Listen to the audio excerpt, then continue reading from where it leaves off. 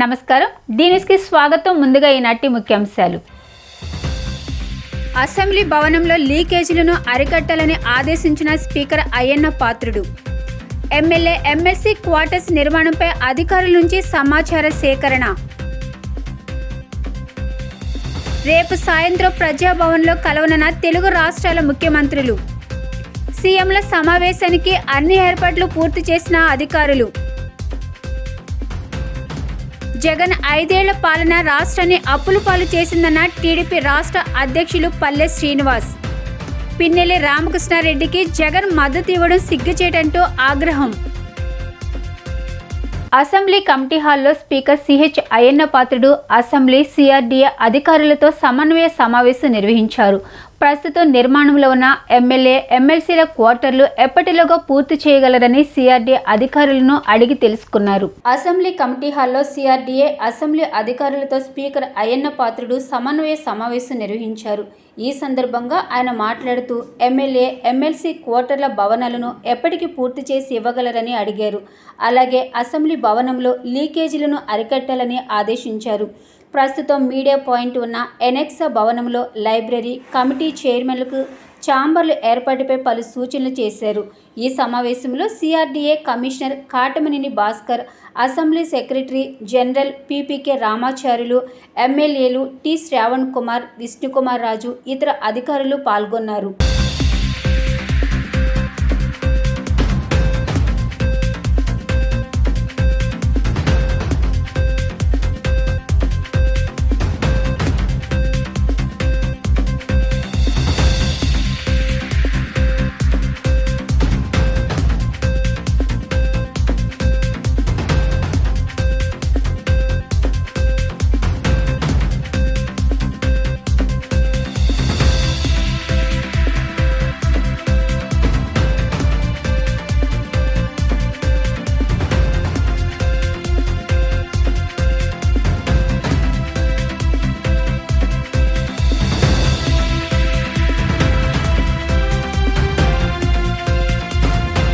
రెండు తెలుగు రాష్ట్రాల ముఖ్యమంత్రుల భేటీకి ప్రజాభవన్లో ఏర్పాట్లు జరుగుతున్నాయి.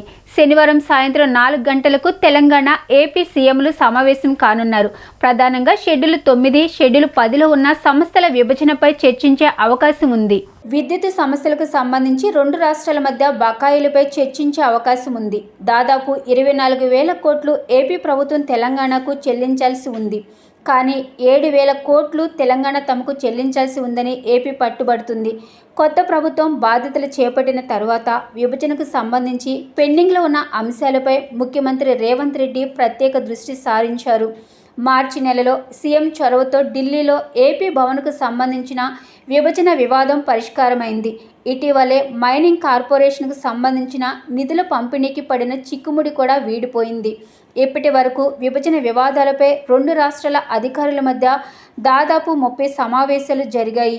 షెడ్యూల్ 9లో ఉన్న మొత్తం 91 సంస్థలు, ఆస్తులు, అప్పులు, నగదు నిల్వల పంపిణీపై కేంద్ర హోంశాఖ షీలా బీడే కమిటీని వేసింది. వీటిలో 68 సంస్థలకు సంబంధించిన పంపిణీకి అభ్యంతరాలేమీ లేవు. మిగతా 23 సంస్థల పంపిణీపై రెండు రాష్ట్రాల మధ్య ఏకాభిప్రాయం కుదరలేదు. 10వ షెడ్యూల్లో ఉన్న 142 సంస్థల్లో Telugu academy, Telugu university, Ambedkar university వంటి 30 సంస్థల పంపిణీపై ఇంకా వివాదాలున్నాయి. రాష్ట్రంలో వైఎస్ఆర్సీపీ పార్టీ అధ్యక్షుడు జగన్మోహన్ రెడ్డి పిన్నెల్లి రామకృష్ణారెడ్డిని జైలుకెళ్లి పరామర్శించి ప్రజాస్వామ్యాన్ని కూని చేస్తున్నారని తెలుగుదేశం రాష్ట్ర అధ్యక్షులు శ్రీనివాసరావు తీవ్ర స్థాయిలో నిప్పులు చెరిగారు. పోలింగ్ బూత్లోకి వెళ్లి అధికారులపై దౌర్జన్యంగా ప్రదర్శించడంతో పాటు ఈవీఎంలను ధ్వంసం చేసిన తీరుపై పిన్నెల్లి రామకృష్ణారెడ్డికి మద్దతు తెలపడం చాలా సిగ్గుచేటని చెప్పారు. మంగళగిరిలోని రాష్ట్ర టీడీపీ కార్యాలయంలో గత 5 ఏళ్ల వైసీపీ పరిపాలనలో నాసి రకమైన మద్యం అమ్మి ప్రజల ఆరోగ్యాన్ని పూర్తిగా దెబ్బతీశారని ఆరోపించారు. జగన్ 5 ఏళ్ల పరిపాలనలో రాష్ట్రాన్ని అప్పుల పాలు చేసి రాష్ట్రంలో ఉన్న ఏ ఒక్క విద్యార్థికి ఉద్యోగ అవకాశాలు ఇవ్వలేదని మండిపడ్డారు. జగన్మోహన్ రెడ్డి తెలుగుదేశం ప్రభుత్వంపై అసత్య ఆరోపణ చేయడం సరికాదని ఆగ్రహం వ్యక్తం చేశారు. పత్రికా సోదరులందరికీ నమస్కారం అండి. నిన్న వైఎస్ఆర్సీపీ పార్టీ అధ్యక్షుడైనటువంటి జగన్మోహన్ రెడ్డి గారు మరి పిన్నెల రామకృష్ణారెడ్డి గారిని జైలుకి వెళ్ళి పరామర్శించి వారు బయటకు వచ్చి మీడియాని అడ్రస్ చేశారు. ఈరోజు మేము అడుగుతున్నాం, తెలుగుదేశం పార్టీ రాష్ట్ర అధ్యక్షులుగా మేము ఒకటి అడుగుతున్నాం, దానికి సమాధానం చెప్పాలి మీరు. ఒక పార్టీ నడిపేటటువంటి వ్యక్తి ఆదర్శంగా ఉండాల్సినటువంటి అవసరం ఉంది. అది తప్పి మీరు జైల్లో ఉన్నటువంటి వ్యక్తి దగ్గరికి వెళ్ళి ఈవీఎంని అందరూ చూస్తుండగానే పగలగొట్టి అలాగే సిఐ గారి పైన దౌర్జన్యం చేసినటువంటి వ్యక్తిని వెళ్ళి మీరు పరామర్శిస్తున్నారంటే మీరు ప్రజలకు ఎటువంటి మెసేజ్ పాస్ చేస్తున్నారో ఒకసారి సమాధానం చెప్పాల్సినటువంటి అవసరం ఉంది. ఎందుకంటే ఒక పార్టీ ఉందంటే ఆ పార్టీ ఆదర్శంగా ఉండాల్సినటువంటి అవసరం ఉంది. ఆ పార్టీ అధ్యక్షులు కూడా ప్రజల యొక్క ఆలోచనలకు అనుగుణంగా వెళ్ళాల్సినటువంటి అవసరం ఉంది. ముఖ్యంగా వాళ్ళు వేసే ప్రతి అడుగు కూడా ప్రజలు గమనిస్తూ ఉంటారు. దేశ చరిత్రలో అల్లూరి సీతారామరాజుకు సరైన ప్రాధాన్యత ఇవ్వలేదని మంత్రులు సత్యకుమార్, నిమ్మల రామానాయుడు, మంత్రి కొండపల్లి శ్రీనివాస్ అభిప్రాయపడ్డారు. భావితరాలకు సీతారామరాజు పోరాట పటిమ గురించి వివరించే విధంగా మరింత ప్రచారం చేయవలసిన అవసరం ఎంతైనా ఉందన్నారు. యువతరం సీతారామరాజును ఆదర్శంగా తీసుకోవాలని వారు సూచించారు. మన్యం వీరుడు అల్లూరి సీతారామరాజు 127వ జయంతి ఉత్సవాలు క్షత్రియ కార్పొరేషన్ సాధన సమితి ఆధ్వర్యంలో తుమ్మలపల్లి వారి క్షేత్రీయ కళాక్షేత్రంలో జరిగాయి. ఈ కార్యక్రమానికి రాష్ట్ర ఆరోగ్య శాఖ మంత్రి కె సత్యకుమార్, ఇరిగేషన్ శాఖ మంత్రి నిమ్మల రామానాయుడు, మంత్రి కొండపల్లి శ్రీనివాస్ అతిథులుగా విచ్చేసి మాట్లాడారు. దేశ స్వాతంత్ర్యం కోసం బ్రిటిష్ వారిపై పోరాటం చేసిన మన్యం వీరుడు అల్లూరికి చరిత్ర పుటల్లో సరైన ప్రాధాన్యత ఇవ్వలేదన్నారు. స్వేచ్ఛ కోసం, హక్కుల కోసం బ్రిటిష్ వారిపై తిరగబడ్డ తెలుగు బిడ్డ, పోరాట యోధుడు అల్లూరి సీతారామరాజు జీవిత చరిత్ర నేటి యువతరాన్ని ఆకర్షించే విధంగా యానిమేషన్ చిత్రాన్ని రూపొందించవలసిన అవసరం ఎంతైనా ఉందన్నారు. నేటి యువతరం సీతారామరాజు పోరాట పటిమను ఆదర్శంగా తీసుకుని ముందుకు సాగాలని మంత్రులు యువతకు పిలుపునిచ్చారు. నేటి యువతరం సీతారామరాజు పోరాట పటిమను ఆదర్శంగా తీసుకుని ముందుకు సాగాలని మంత్రులు యువతకు పిలుపునిచ్చారు. అల్లూరి సీతారామరాజు జయంతి ఉత్సవాలను రాష్ట్ర ప్రభుత్వం తరపున నిర్వహించడంలో ప్రత్యేక శ్రద్ధ తీసుకుని జీవోను జారీ చేసిన చంద్రబాబు నాయుడికి వారు కృతజ్ఞతలు తెలిపారు. తెలుగుదేశం పార్టీ సీనియర్ నాయకుడు తొండెపు జనార్దన్, క్షత్రియ కార్పొరేషన్ సాధన సమితి ప్రతినిధులు పాల్గొన్నారు. 127వ జయంతి అల్లూరి సీతారామరాజు గారిది జరుపుకుంటా ఉన్నాం. మనం ఆయన చూడకపోయినా 127 సంవత్సరాలు తర్వాత కూడా ఆయన జయంతిని నిర్వహిస్తూ ఉన్నాం. రాబోయే 1000 సంవత్సరాలు కూడా ఆయన జయంతిని, ఆయన వర్ధంతిని మరి భావి తరాలకి ఆ మహానుభావుడు చేసినటువంటి ఈ దేశం కోసం, ఈ రాష్ట్రం కోసం, మాన్యం ప్రజల కోసం చేసినటువంటి సేవల్ని తలుచుకునేటట్టుగా, భవిష్యత్ తరాలకి ఆయన చేసినటువంటి సేవలు గుర్తుండేటట్టుగా అనేక రకాలుగా మనందరం కూడా కృషి చేయాల్సిన అవసరం ఉంది. ఇప్పటికే పాఠ్యాంశాలుగా ఆయన జీవితాన్ని పెడతాం జరిగింది. సినిమాల ద్వారా ఆయన మహానుభావుడు అల్లూరి సీతారామరాజు గారి జీవిత విశేషాలని తీయటం జరిగింది. భవిష్యత్ తరాలకు కూడా తెలియజేసేటట్టుగా మనందరి బాధ్యతని తెలియజేసుకుంటూ అందరి రాజులకి పేరు పేరున, రాజులు కానీ ఇతర మిత్రులకి కూడా పేరు పేరున, ఈ సమావేశానికి వచ్చిన అందరికి కూడా పేరు పేరున నమస్కారాలు తెలియజేస్తున్నాను. మన్యం వీరుడు అమాయకమైన గిరిజనులకు అండగా నిలిచి పోరాడిన సాహసి, బ్రిటిష్ సామ్రాజ్యాన్ని గడగడలాడించి తాను నమ్మిన సిద్ధాంతం కోసం అసూలు బాపిన దీశాలి అల్లూరి సీతారామరాజు గారి 127వ జయంతి సందర్భంగా వారి స్మృతికి ఘనమైన నివాళులర్పిస్తున్నాను. సీతారామరాజు గారి గురించి చాలామంది చెప్పారు. కొన్ని అన్నా మిస్ అవుతాయి అనుకుంటే సత్యకుమార్ గారు అది కూడా కవర్ చేశారు. మాట్లాడే అవకాశం ఇవ్వకుండా రంపా రెబెలియన్ అంటే మరి 22 నుంచి 24 వరకు ఆ రోజుల్లో బ్రిటిష్ వాళ్ళు 40 లక్షల రూపాయలు ఖర్చు పెట్టారు ఆ రెబలియన్ని కంట్రోల్ చేయడానికి. ఆయన ఎటువంటి వ్యక్తిగత స్వార్థం లేకుండా విప్లవ వీరుడు, తెలుగు జాతి ముద్దుబిడ్డ అల్లూరి సీతారామరాజు గారి యొక్క జయంతోత్సవాలను ఆంధ్రప్రదేశ్ రాష్ట్ర ప్రభుత్వం తరపున ఘనంగా నిర్వహించుకోవడం చాలా సంతోషం.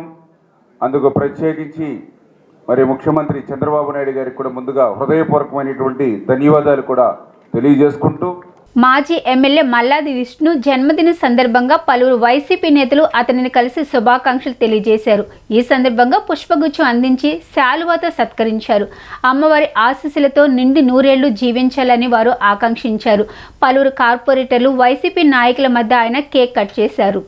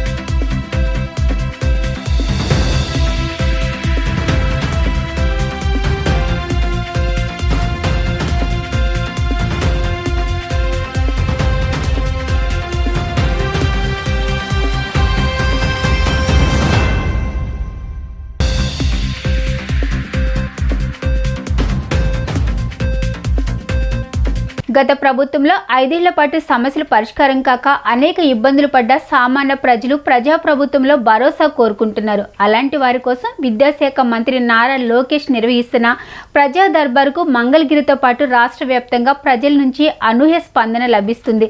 ప్రజా దర్బారుకు వచ్చేవారి సంఖ్య రోజురోజుకి పెరుగుతుంది. మంగళగిరి నియోజకవర్గంలోని ఉండవల్లి నారా లోకేష్ నివాసంలో గత కొన్ని రోజుల నుండి నారా లోకేష్ చేపట్టిన ప్రజా దర్బార్ కార్యక్రమానికి ప్రజల నుండి విశేష స్పందన లభిస్తుంది. ఈ కార్యక్రమానికి స్థానిక ప్రజలతో పాటు రాష్ట్రంలో ఉన్న ప్రజలు వారి సమస్యలను లోకేష్ వద్దకు తీసుకురావడం జరుగుతుంది. గత ప్రభుత్వంలో ఉపాధ్యాయ బదిలీ ఉత్తర్వులు పొంది ఎన్నికల కోడ్ కారణంగా నిలిచిపోయిన ఉత్తర్వుల అమలుకు చర్యలు తీసుకోవాలని టీచర్లు నారా లోకేష్ని కలిసి విజ్ఞప్తి చేశారు. ఈ సందర్భంగా మంత్రి నారా లోకేష్ స్పందిస్తూ గత ప్రభుత్వంలో ఉపాధ్యాయ బదిలీలో భారీ అవినీతి జరిగిందన్నారు. నిబంధనల ప్రకారం ఉపాధ్యాయ బదిలీలు చేపడతామని స్పష్టం చేశారు. ఉపాధ్యాయ బదిలీల అంశంలో తాను చెడ్డ పేరు తెచ్చుకోదలుచుకోలేదని స్పష్టం చేశారు. తమ కుమార్తె దివ్యాంగ పెన్షన్ను ఎలాంటి కారణం లేకుండా గత ప్రభుత్వం తొలగించిందని తిరిగి పునరుద్ధరించాలని కోరారు. ఆయా సమస్యల పరిష్కారానికి కృషి చేస్తానని లోకేష్ వారికి భరోసా ఇచ్చారు.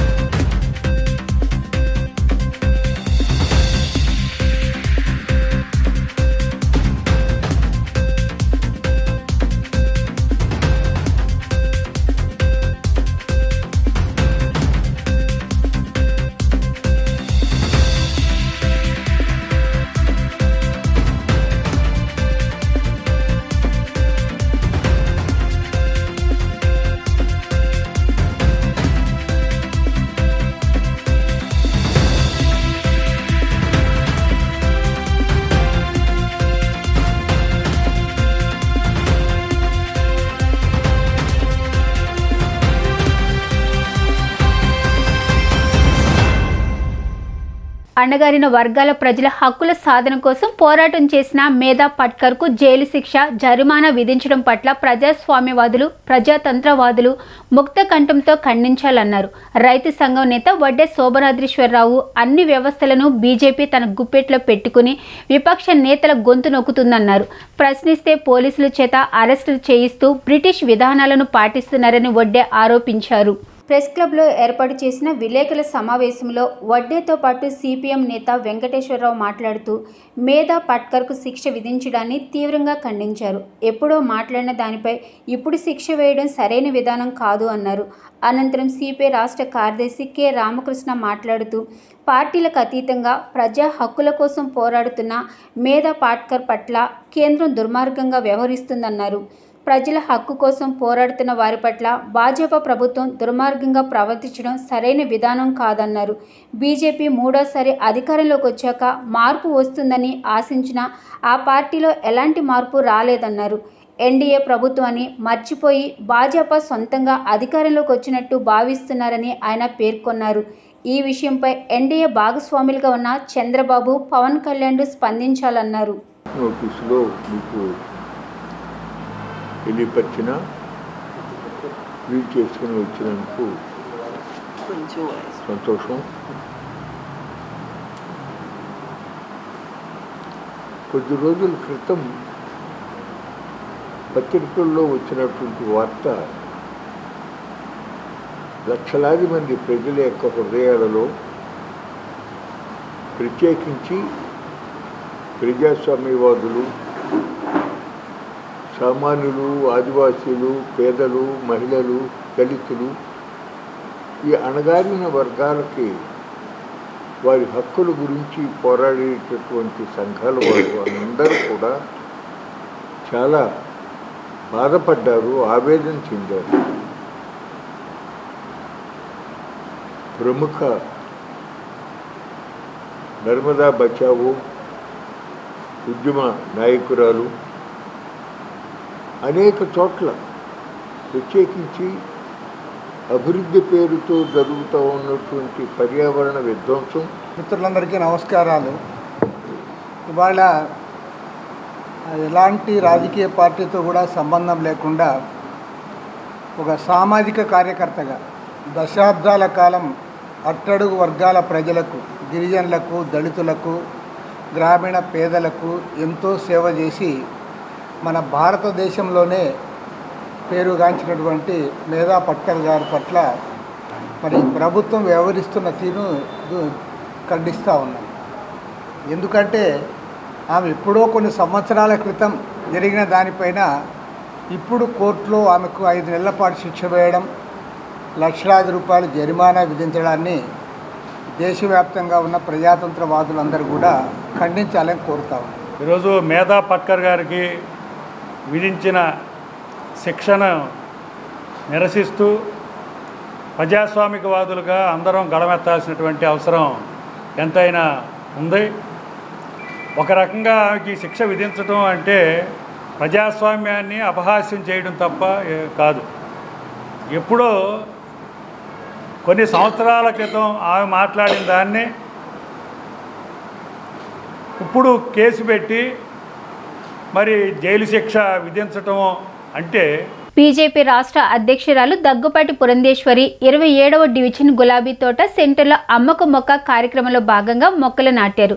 అనంతరం వారు మాట్లాడుతూ పార్టీని బలోపేతం చేయడంపై దృష్టి సాధించామని చెప్పారు. సమాజంలో ఉండే అన్ని అంశాలపై కూడా పార్టీ అధిష్టానం ఏకాగ్రత పెట్టిందన్నారు పురంధేశ్వరి. వర్షం అతివృష్టి, అనావృష్టిగా ఉందని, ఢిల్లీలో ఇటీవల అధికంగా 53 డిగ్రీల వరకు ఉష్ణోగ్రతలు చేరాయి అన్నారు. శ్యామ్ ప్రసాద్ ముఖర్జీ వర్ధంతి సందర్భంగా జూన్ 23 నుండి జూలై 6వ తేదీ వరకు మొక్కలు నాటాలని జాతీయ స్థాయిలో పార్టీ నిర్ణయం తీసుకుందన్నారు. ప్రకృతిని తల్లిగా భావిస్తాం, అందుకే అమ్మ కోసం మొక్క అనే పేరుతో జాతీయ స్థాయిలో ఈ కార్యక్రమం నిర్వహించడం జరిగిందన్నారు.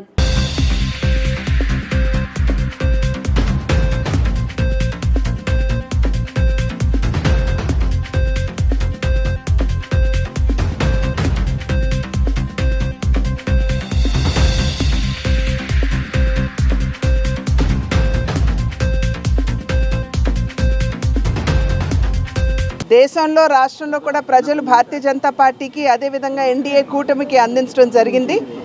ఆ తదుపరి వెంటనే ఈ విశ్లేషణ అంటే ఏదైతే రాజకీయాలు మొన్న జరిగినటువంటి ఎన్నికల్లో ఫలితాల మీద విశ్లేషణ ప్రతి పార్టీ కూడా నిర్వహించుకోవడం జరిగింది.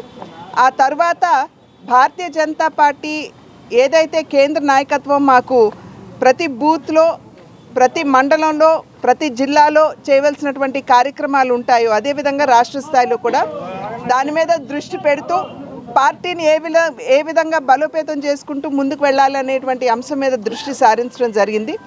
అయితే రాజకీయ పార్టీ యొక్క బాధ్యత, వారి యొక్క పని కేవలం రాజకీయాలతో ముడిపడినటువంటి అంశాలు మాత్రమే కాకుండా సమాజంలో ఉన్నటువంటి అంశాల పట్ల కూడా మనం సున్నితంగా ఆలోచించాలి అనేటువంటి భావనతో భారతీయ జనతా పార్టీ ఎప్పుడూ కూడా ముందుకు వెళ్తుంది.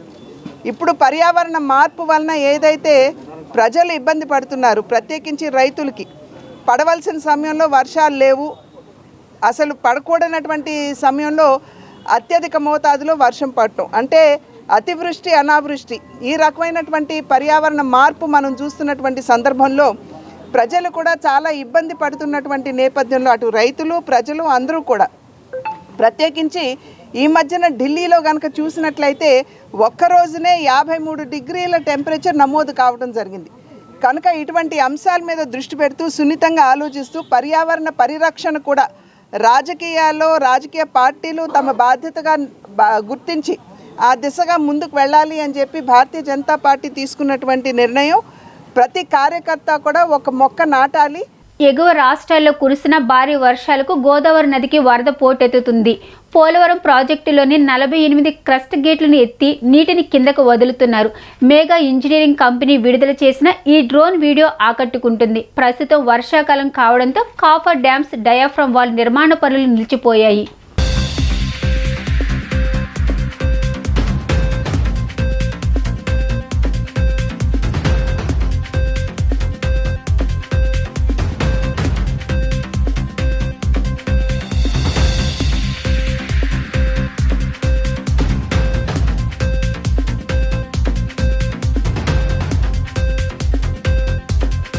ఎన్టీఆర్ హెల్త్ హెల్త్ యూనివర్సిటీ నుంచి నిడమానూరు వరకు ఫ్లైఓవర్ ఏర్పాటుకు కేంద్ర రోడ్డు రవాణా రహదారుల శాఖ మంత్రి నితిన్ గడ్కరీని కోరిన విషయం తెలిసిందే. ఈ సందర్భంగా ఆటోనగర్ టీడీపీ కార్యాలయంలో శుక్రవారం సీఎం చంద్రబాబు, ఎంపీ కేశినేని చిన్ని చిత్రపటాలకు పాలాభిషేకం చేశారు. ఈ సందర్భంగా వారు మాట్లాడుతూ అభివృద్ధి అంటే టీడీపీ చూపిస్తుందన్నారు. కార్యక్రమంలో టీడీపీ నేతలు గాంధీ, గురునాథం తదితరులు పాల్గొన్నారు.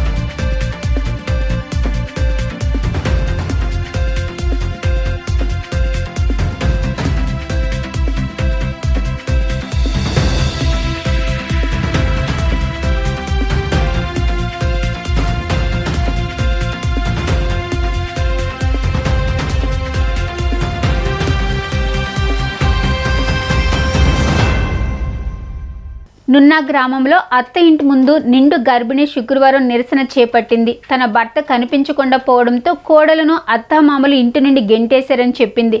పోలీసులను ఆశ్రయించినా తనకు న్యాయం జరగట్లేదని ఆవేదన వ్యక్తం చేసింది. 4 రోజులుగా నిరసన వ్యక్తం చేస్తున్నా ఎవరూ తనను పట్టించుకోవడం లేదని ఆ గర్భిణి వాపోయింది. మీ ఆయన్ని కిడ్నాప్ చేసావంట, నువ్వు మీ అత్తగారు మామగారు వచ్చి ఏడుతున్నారు అని చెప్పేసి అన్నారు సార్. నేను కిడ్నాప్ చేయటం ఏంది సార్, నేనేం చేయటం ఏంది సార్, సెటిల్మెంట్ మాట్లాడి పంపించేశారు. ఫస్ట్ నేను ఎవరు ఏంటని అడగల. ఆయన అలా అనేసరికి నేను హాస్పిటల్లో ఉన్నా, నాకు భయం వేసింది. నేనేం చేయట్లేదు సార్. అబ్బాయి ఎప్పుడు ఇలాగ ఇది చేస్తూనే ఉంటాయి. ఇప్పుడు వాళ్ళే కావాలని 3 సార్లు పంపించి నా మీదే కేసు పెడతారు. కొన్ని రోజులకు మళ్ళీ పెద్ద మనుషులను తీసుకొని వస్తే వాళ్ళే పిలిపిస్తారు. నేనేం చేయలేదు సార్, నేను హాస్పిటల్లో ఉన్నా సార్, నేను ప్రెగ్నెంట్ సార్ అంటే పిచ్చుకుందయ్యా అన్న, హాస్పిటల్లో ఉన్నారని మాట్లాడుతుంది, మూడు కనపడట్లేదంటే అని చెప్పేసి అన్నారు సార్. సెటిల్మెంట్ చేశారు. నేను గర్భవతినండి, నాకు బాగోక నేను హాస్పిటల్కి వచ్చా అంటే నా మాట వినలేదు సార్. గంటలో వత్తవా రావా, గంటలో రా అని చెప్పేసి అన్నారు. నేను జగ్గేపేట హాస్పిటల్లో ఉన్నా, ఎట్లా వస్తాయి సార్ గంటలో అన్న, ఆయన ఇష్టం వచ్చినట్టు మాట్లాడారు సార్. ఇంకా తర్వాత నుండి నేను ఎవరు ఫోన్ చేసినా కాల్ రికార్డ్ పెట్టుకున్నా సార్. అప్పటి నుంచి ఇంకా అమ్మ అమ్మ అని మాట్లాడేది. అమ్మతో నేను ఆమెను తీసుకొని వచ్చా. అప్పుడు నాకేం కావాలమ్మా అంటే, నాకు కొంచెం నేడియమనండి, నేను నా పిల్లోని పెట్టుకొని బతుకుతా, మా ఆయన వచ్చిన రోజే వస్తాడు, వాళ్ళని పెట్టమని నేను అడగట్లేదని మహిళా పోలీసుని తీసుకొని వచ్చా. ఆవిడ ఆ మాటే అడిగింది, అమ్మాయికి నీడని తీయండి, అమ్మాయి ఎట్లా బతికిద్ది పిల్లల్ని పెట్టుకొని, మిమ్మల్ని పెట్టమని అనట్లేదు అంటే వద్దని చెప్పారు. వద్దని చెప్పి పంపించేశారు. మళ్ళీ నిన్న ఇట్లా తీసుకొచ్చారంట. ఆవిడే మాట్లాడారు. తర్వాత పెద్ద మనుషులు మరి ఏంటమ్మా అని, మీ మామగారు ఇలా అంటున్నారు, దేనికి ఒప్పుకోవట్లేదని అడిగారు సార్ నాగిరెడ్డి గారు. అయితే నాకు న్యాయం జరగాలి సార్, మరి ఇది నా పరిస్థితి, నేను వెళ్ళిపోతే నాకు ఎట్లా సార్, నేను ఆ పిల్లల్ని ఎట్లా బతికించుకోవాలి, ఇప్పుడు నేను ఎట్లా బతకాలి సార్ అన్న.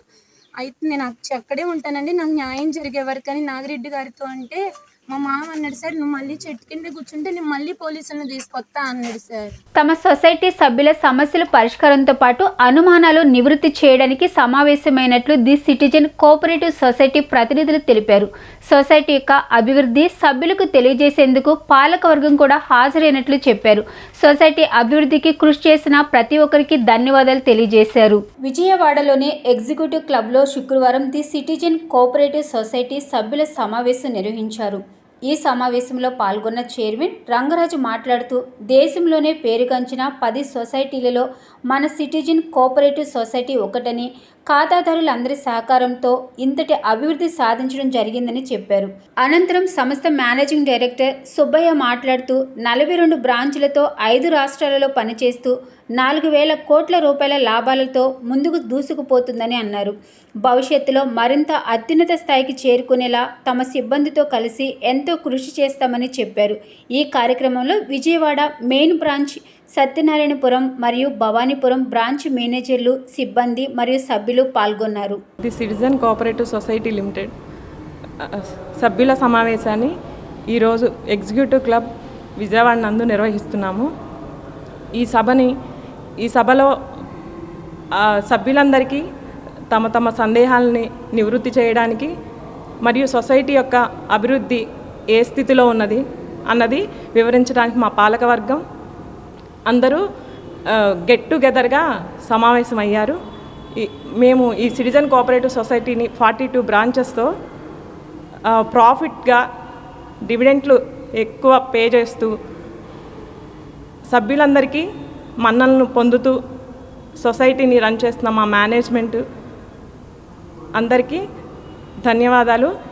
ఈ సొసైటీ అభివృద్ధికి సహకరించిన every member of the society we are very thankful to every member for your cooperation with society for growthing. Thank you very much. వార్తలు ముగించే ముందు ముఖ్యాంశాలు మరొకసారి. అసెంబ్లీ భవనంలో లీకేజీలను అరికట్టాలని ఆదేశించిన speaker Ayyanna Patrudu. MLA MLC quarters నిర్మాణంపై అధికారుల నుంచి సమాచార సేకరణ. రేపు సాయంత్రం ప్రజాభవన్లో కలవనున్న తెలుగు రాష్ట్రాల ముఖ్యమంత్రులు. సీఎంల సమావేశానికి అన్ని ఏర్పాట్లు పూర్తి చేసిన అధికారులు. జగన్ 5 ఏళ్ల పాలన రాష్ట్రాన్ని అప్పుల పాలు చేసిందన్న టీడీపీ రాష్ట్ర అధ్యక్షులు పల్లె శ్రీనివాస్. పిన్నెల్లి రామకృష్ణారెడ్డికి జగన్ మద్దతు ఇవ్వడం సిగ్గుచేటంటూ ఆగ్రహం. డి న్యూస్ ఇంతటితో సమాప్తం. తిరిగి మరో బులెటిన్లో కలుద్దాం. Keep watching the news.